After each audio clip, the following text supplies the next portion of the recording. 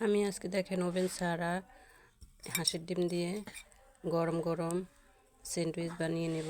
একটু চেষ্টা করলাম, ঘরোয়াভাবে কেমন হবে জানি না, তবে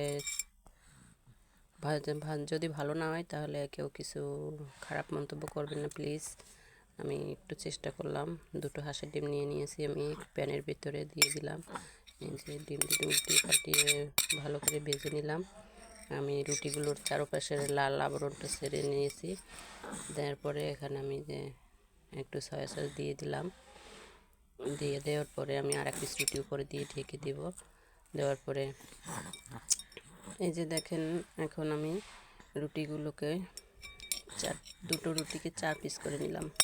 এভাবেই তো হয় মনে হয়। মেবি আমি অতটা পারি না, একটু চেষ্টা করলাম, দেখি হয় কি না। হয়তো আপনাদেরটা ভালো হয়, আমারটা একটু খারাপ হবে। তারপর আমি কিছু টিস্যু পেপার, ফ্রেশ টিস্যু নিয়ে পেঁচিয়ে আমি এই যে জাফি দিয়ে গরম পানির উপরে তারপর আমি এইগুলোকে রেখে একটু ভাপ দিলাম। এই দেখেন একদম খুবই চমৎকার। আপনারা যদি সত্যি সত্যিভাবে বাসায় ট্রাই করেন, একদম দোকানে কেনারটার মতোই হবে। খুব সুস্বাদু হয়েছে খেতে, খুবই ভালো লাগছে আমার। আপনাদের কাছে কেমন লাগে